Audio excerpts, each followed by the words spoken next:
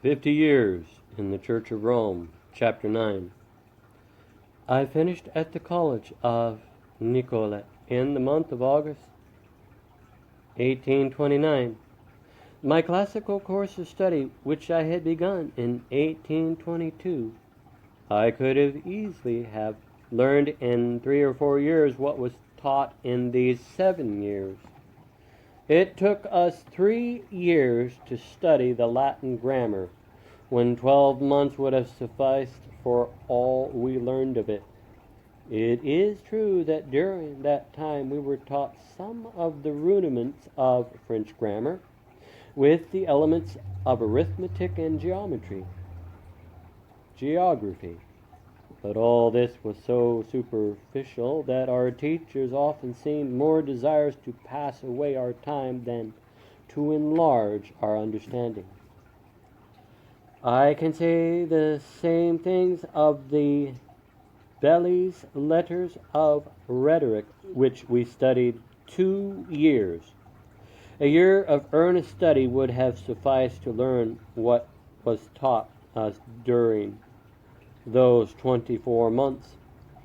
As for the 2 years devoted to the study of logic and of the subject classed under the name of philosophy, it would not have been too long a time if those questions of philosophy had been honestly given us.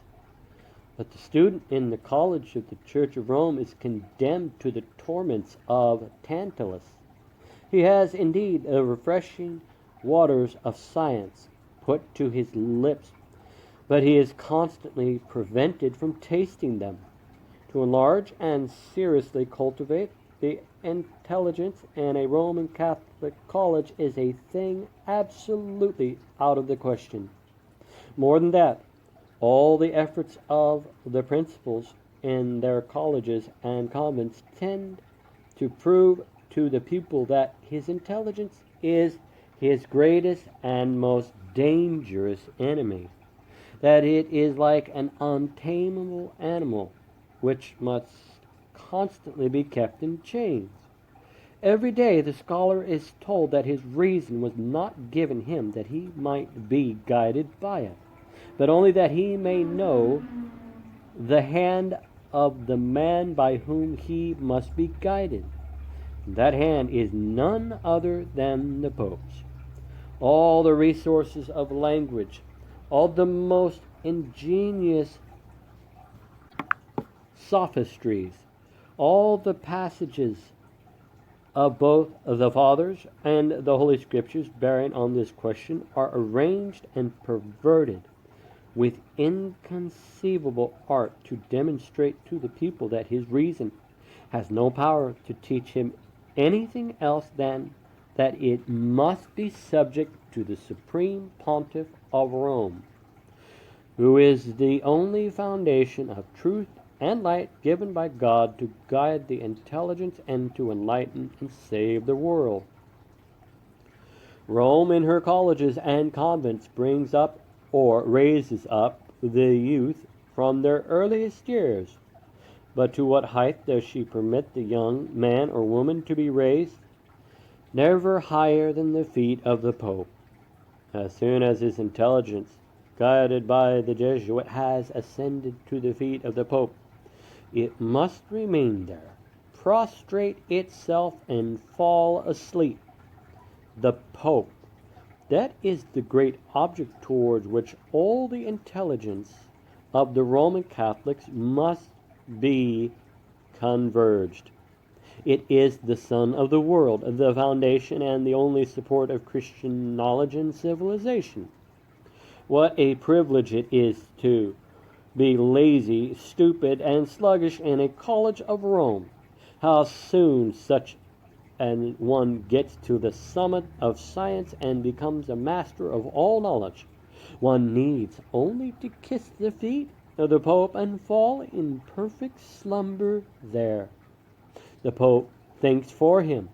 It is he, the Pope, who will tell him what he can and should do, and what he can and should believe. I had arrived at that degree of perfection at the end of my studies, and J.B. Barth, Esquire, M.P.P., being an editor of one of the principal newspapers of Montreal in 1844, could write in his paper with my Manual of Temperance, was published. Mr. Cinque has crowned his apostleship of temperance by that work with ardent and holy ambition of character, which he gave us so many tokens in his collegiate life, where we have been so many years the witness of his piety, when he was the model of his fellow students, who have called him the Louis de Gonzosky de Linoleclet.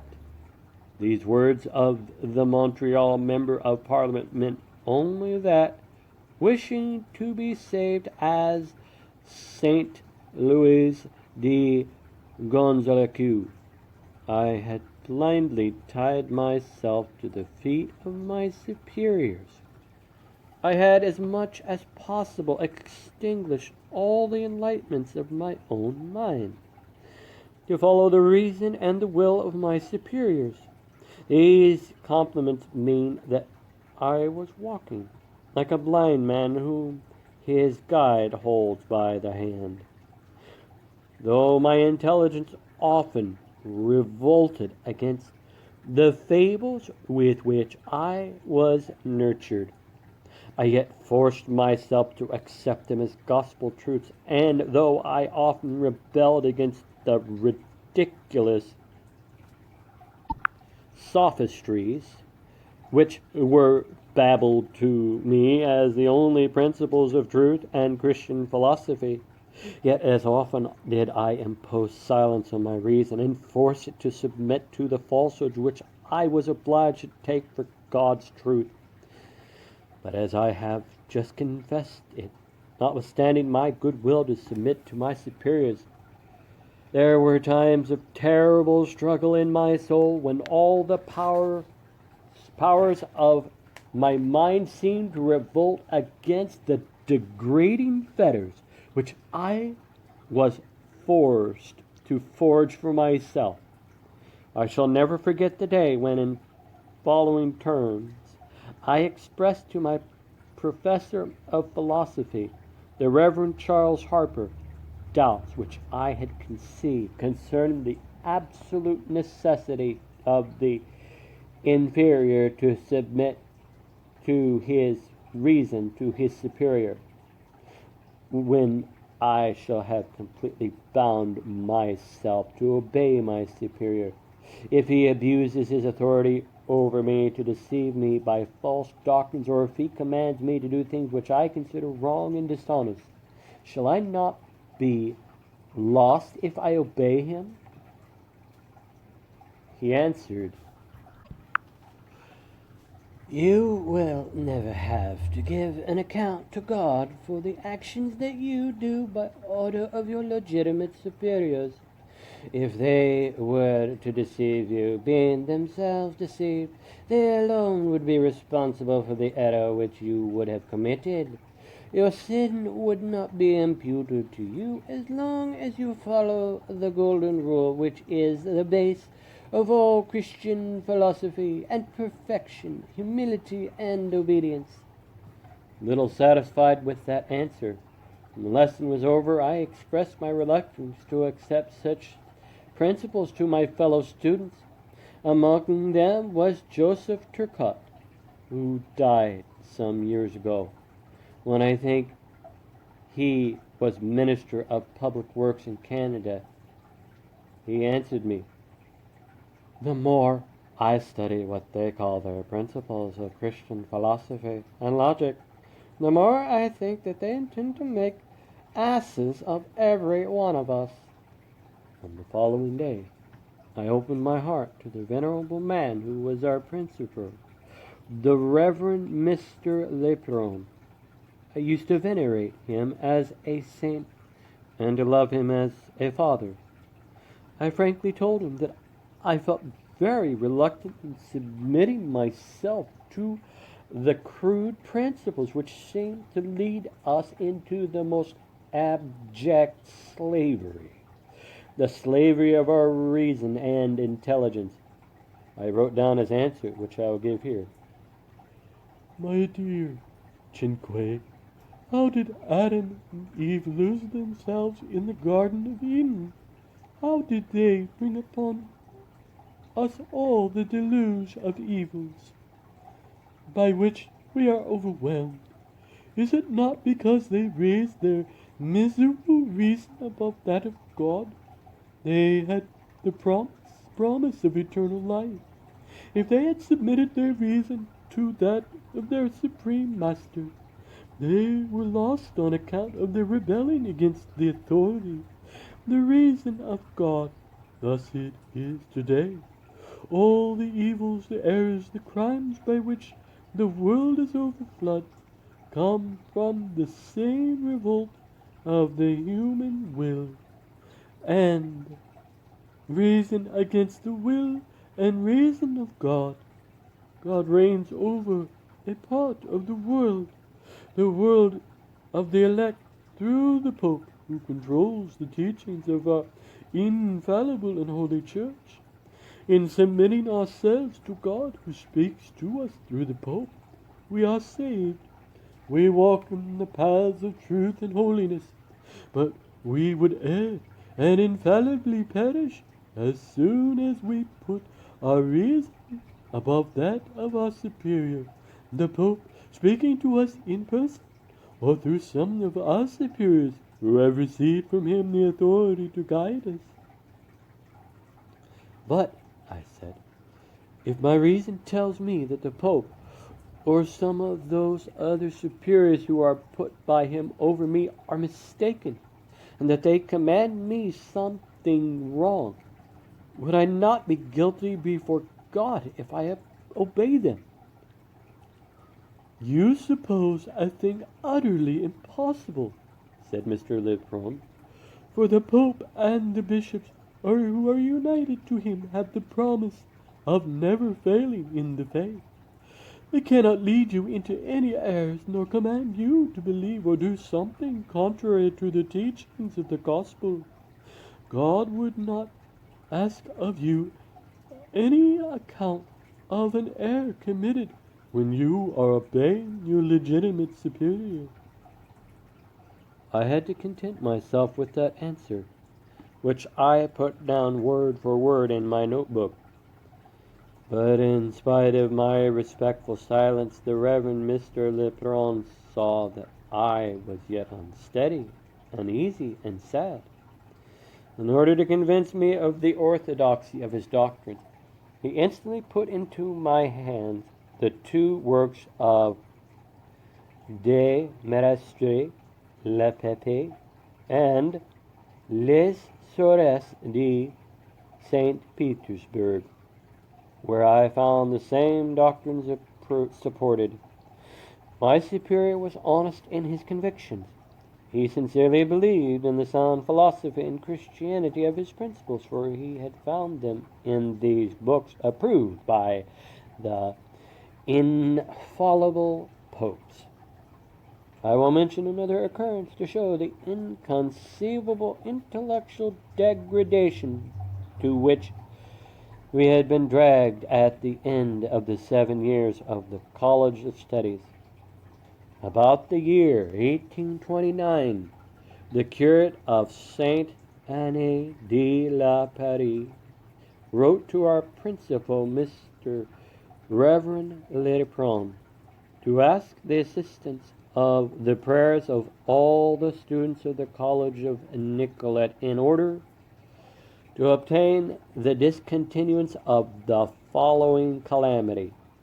For more than 3 weeks, one of the most respectable farmers was in danger of losing all his horses from the effects of sorcery. From morning and during most of the night, repeated blows of whips and sticks were heard falling on those poor horses, which were trembling, foaming, and struggling.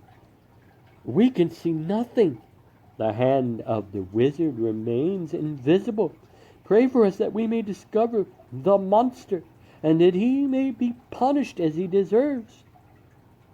Such were the contents of the priest's letter, and as my superior sincerely believed in that fable, I also believed it, as well as all the students of the colleges who had true piety.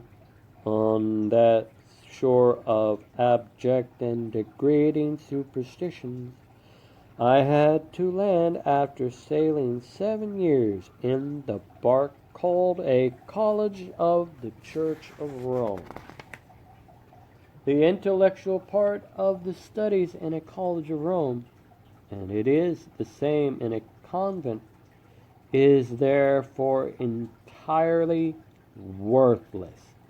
Worse than that, the intelligence is dwarfed under the chains by which it is bound. If the intelligence does something times advance, it is in spite of the fetters placed upon it. It is only like some few noble ships which, through the extraordinary skill of their pilots, go ahead against wind and tide.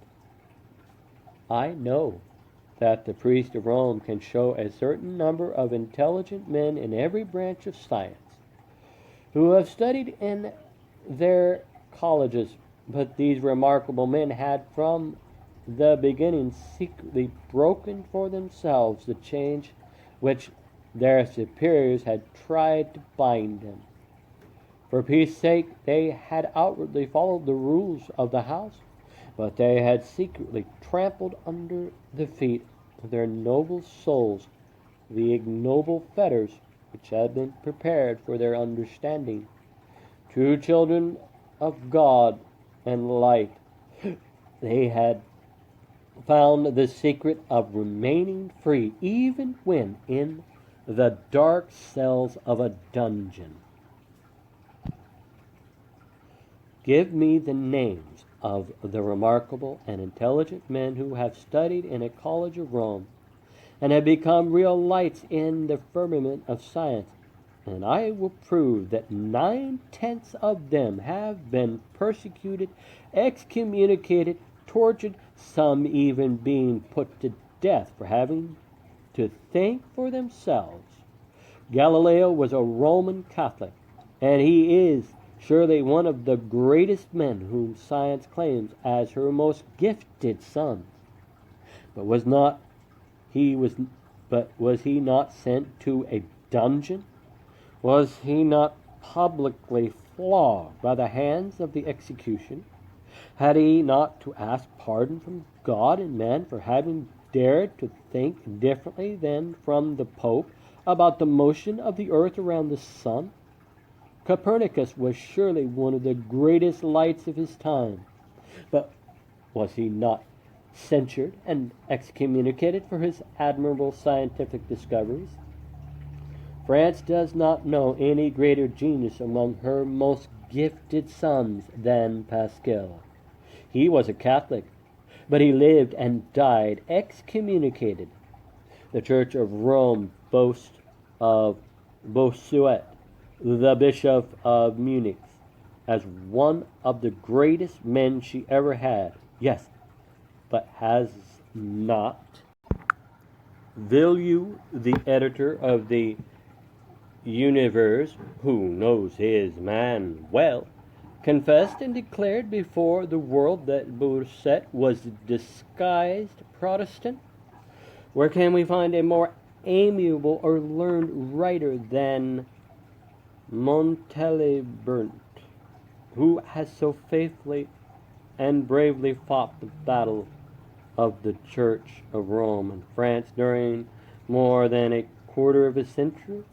But has he not publicly declared on his deathbed that the Church was an apostate, an idolatrous church from the day that she proclaimed the dogma of the infallibility of the Pope?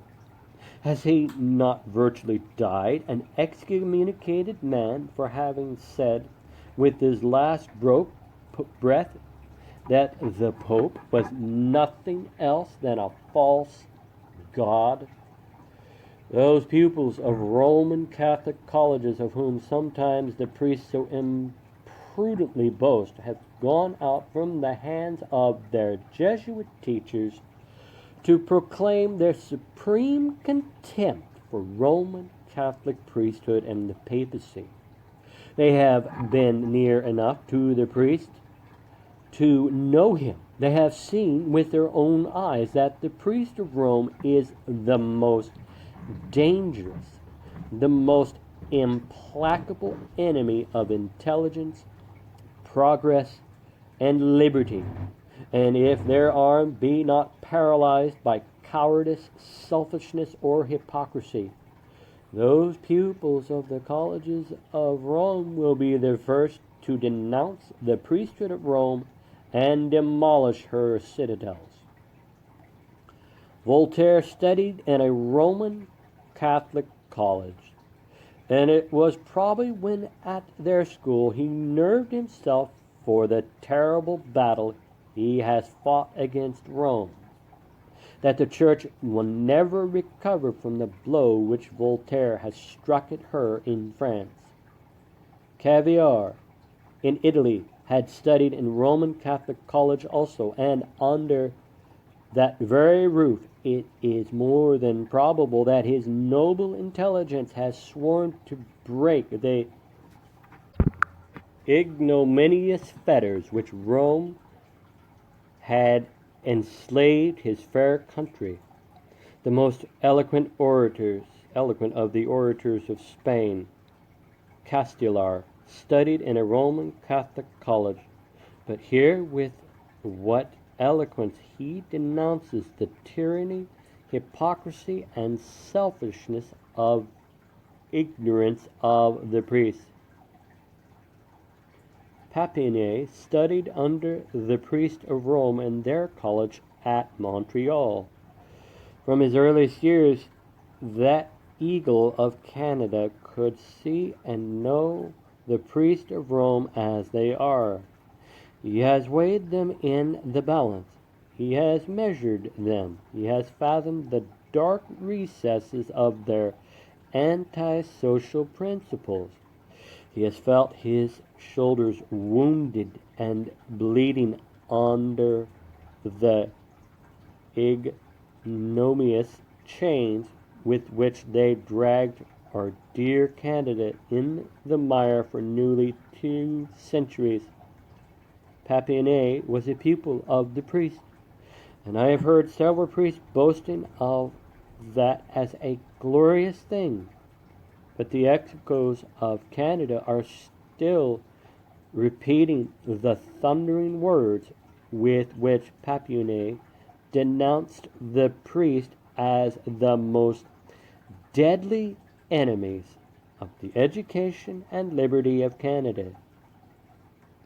He was one of the first men of Canada to understand that there was no progress, no liberty possible for our beloved country so long as the priests would have the education of our people in their hands.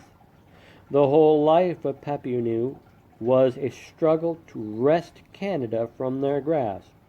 Everyone knows how he constantly branded them without pity during his life. The whole world has been the witness of the supreme contempt with which he has refused their services and turned them out at the solemn hour of his death. When, in 1792, France wanted to be free, she understood that the priests of Rome were the greatest enemies of her liberties. She turned them out from her soil or hung them to her giblets. If today that noble country of our ancestors is stumbling and struggling in her tears and in her blood, if she has fallen at the feet of her enemies, if her valiant arm has been paralyzed, her sword broken, her strong heart saddened above measure, is it not because she had most imprudently put herself again under the yoke of Rome, Canada's children will continue to flee from the country of their birth as long as the priest of Rome holds the influence which is blasting everything that falls within his grasp. On this continent as well as in Europe and the United States will soon see their most sacred institutions fall, one after another. If the Americans continue to send their sons and daughters to the Jesuit colleges and nunneries, when in the warmest days of summer you can see a large swamp of stagnant and putrid water, you are sure that deadly miasma will spread around. That disease of the most malignant character, poverty, sufferings of every kind, and death will soon devastate the unfortunate country. So, when you see the Roman Catholic colleges and nunneries raising their haughty steeples over some commanding hills or in the midst of some beautiful valleys, you may confidently expect that the self-respect and the many virtues of the people will soon disappear.